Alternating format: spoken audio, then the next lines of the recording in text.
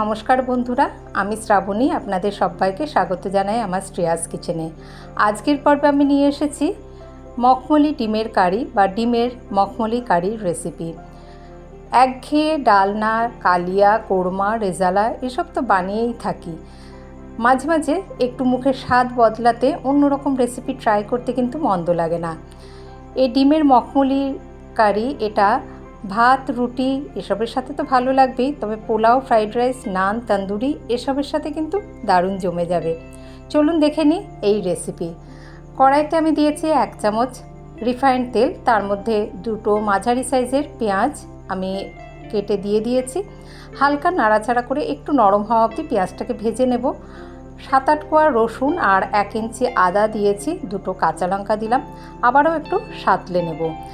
পেঁয়াজটার colour যেন brown হয়ে না যায় সেদিকে খেয়াল রাখতে হবে, শুধু একটু নরম হয়ে যাওয়া অবধি আমরা এটা সাঁতলে নিচ্ছি। 6-7টা কাজু বাদাম আর 1 চামচ চার মগজ দিয়ে দিলাম, দিয়ে আবারও একটু সাঁতলে নিয়ে এখানে আমরা দিয়ে দেবো এবার জল। অল্প পরিমাণ জল দিয়ে দেব যাতে এগুলো সব ভালোভাবে নরম হয়ে যায়। এবার একটুখানি ঢাকা দিয়ে দিচ্ছি, 3-4 মিনিট আমরা এটা রান্না করে নেব। এবারে এই সব ভালোভাবে দেখুন নরম হয়ে গিয়েছে, এটা ঠান্ডা করে নিয়ে এর একটা মিহি পেস্ট আমরা বানিয়ে নেব। রান্নাটা করছি রিফাইন্ড তেলে। কড়াইতে দিয়েছি 1.5 চামচ মতো তেল, তাতে প্রথমে কিউব করে কেটে নেওয়া ক্যাপসিকাম, পেঁয়াজ আর টমেটো একটু দানা ছাড়িয়ে নিয়ে নিয়েছি। 2টো ছোটো সাইজের টমেটো আমি এখানে দানা ছাড়িয়ে নিয়ে দিয়ে দিয়েছি।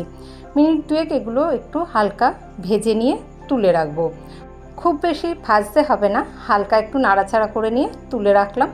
তারপরে ওই তেলেই আমি 4টে সিদ্ধ করা ডিম একটু সাইড দিয়ে কাট লাগিয়ে নিয়েছি, নিয়ে আমি এটা সামান্য একটু নুন দিয়ে ভেজে নিচ্ছি।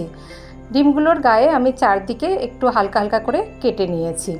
তারপরে দেখুন একটু এরকম নুন, শুধু নুন দিয়েই ভেজে নিচ্ছি। এই রান্নাতে যেহেতু আমি হলুদের গুঁড়ো বা লঙ্কার গুঁড়ো ব্যবহার করিনি। ওই তেলেই 1 চামচ দিয়ে দিলাম ঘি। তেল আর ঘিটা যখন গরম হয়ে এলো তারপরে তাতে আমরা ফোড়নে একে একে দিয়ে দিচ্ছি সামান্য একটু সাদা জিরে দিচ্ছি, দিয়ে দিচ্ছি থেতো করা একটা এলাচ, 1 টুকরো দারচিনি আর 4-5টা গোলমরিচ। ফোড়নটা হালকা নাড়াচাড়া করে নিয়েই তারপরে যে আমরা পেস্ট বানিয়ে নিয়েছিলাম সেটা দিয়ে দেব।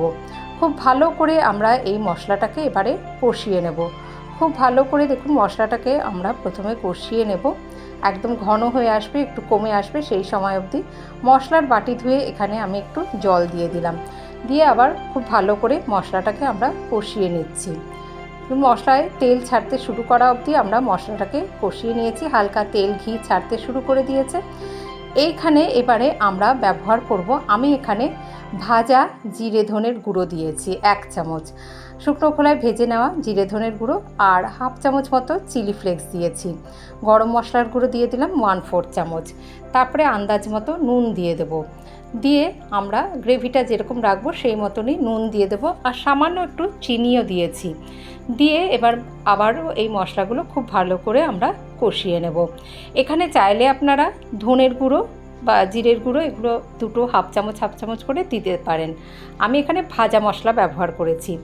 তারপরে 2 চামচ ফ্যাটানো দই দিয়ে দিলাম। এবার দইটাকেও আমরা ভালো করে কষিয়ে নেব, দইটাও যতক্ষণ না তেল ছাড়তে শুরু করছে সেই সময় অবধি কষিয়ে নেব। আর লঙ্কার গুঁড়ো এখানে আমি ব্যবহার করিনি, তাই চিলি ফ্লেক্স দিলাম, সেটা অপশনাল, সেটা আপনারা নাও দিতে পারেন। এমনিতেই 2টো কাঁচা লঙ্কা বাটা ব্যবহার করা হয়েছে। দেখুন তেল আর ঘি ছাড়তে শুরু করে দিয়েছে, দইটাও কিন্তু আমাদের খুব ভালো করে কষানো হয়ে গিয়েছে। এবারে এখানে ভেজে রাখা ডিমগুলো দিয়ে দিচ্ছি। ডিমগুলো দিয়ে মশলার সাথে মিনিট 2 একটুখানি আমরা প্রথমে রান্না করে নেব। দেখুন এই যে ডিমের সাইডে এইভাবে আমি সাইড দিয়ে 4টে কাট লাগিয়ে নিয়েছি, মশলার সাথে ভালোভাবে একটু কষিয়ে নিলাম 2 মিনিট মতো। তারপরে ওই দইয়ের বাটিতে করে 1/2 কাপ জল দিয়ে দিলাম। খুব বেশি জল এখানে ব্যবহার করব না, যেহেতু গ্রেভিটা বেশ মাখো মাখো হবে সেই জন্য জল দিয়ে দিলাম, একটু ফুটিয়ে নেব। এবার ওই বাটি ধুয়ে 1/2 কাপ মতো জলই দিয়েছি, এবার একটু ফুটিয়ে নেব। যেই একটু ফুটে উঠবে তখন আমরা যে ভেজে রাখা পেঁয়াজ, ক্যাপসিকাম, টমেটো সেটাও দিয়ে দেব। এখন আমরা রান্নার একেবারে শেষের পর্যায়ে চলে এসেছি। সব সময় একই রকম রান্না বানাতে ভালো লাগে না, মাঝে মাঝে একটু ঘুরিয়ে ফিরিয়ে নানা রকম রেসিপি ট্রাই করতে ইচ্ছা করে। এই রকমই মাঝে একটি পোস্ট দেখেছিলাম পনির খুরচান, দেখে খুব ইচ্ছে হলো যে ডিম দিয়ে ডিমের খুরচান বানিয়ে নিই। সেই রেসিপিও কিন্তু আমি আমার চ্যানেলে আপলোড করেছি। এরকম নতুন নতুন রেসিপি বানাতেও ভালো লাগে, সেসব আমি চেষ্টা করি আপনাদের সাথে শেয়ার করতে, বিশেষ করে যেগুলো খেতে ভালো লাগবে। তাই আমাকে সাপোর্ট করতে চ্যানেলটিকে সাবস্ক্রাইব করার অনুরোধ রইল। সবার শেষে দুটো চেরা কাঁচা লঙ্কা আর একটু কাসুরি মেথি দিয়ে দিলাম। দিয়ে তারপরে আমরা গ্যাসের আঁচ বন্ধ করে ঢাকা দিয়ে স্ট্যান্ডিং টাইমে রেখে দেব 2-4 মিনিট। তারপরেই কিন্তু পরিবেশন করে দেব এই মখমলি ডিমের কারি। গরম ভাতে এই একটি রেসিপি থাকলে আর কিন্তু কিছু লাগবে না। একবার এইভাবে মখমলি ডিমের কারি রেসিপিটি ট্রাই করে দেখবেন। আর ডিমের খুরচান রেসিপি যেটা বললাম সেটাও একবার দেখে নিতে পারেন। রেসিপিটি একবার ট্রাই করে দেখবেন, আশা করি আপনাদের ভালো লাগবে। গরম ভাতের সঙ্গে এই রেসিপি থাকলে আর কিন্তু কিছু লাগে না। তবে এর সাথে যদি নান, তন্দুরি, কুলচা এসব হয় তাহলে তো দারুণ জমে যাবে। রেসিপিটি ভালো লাগলে একটি লাইক অবশ্যই দেবেন, আর আমাকে সাপোর্ট করতে চ্যানেলটিকে সাবস্ক্রাইব করার অনুরোধ রইল। যে সকল বন্ধুরা আমার পাশে আছেন তাদের অসংখ্য ধন্যবাদ জানিয়ে আজ আসি। ভালো থাকবেন সকলে, ধন্যবাদ।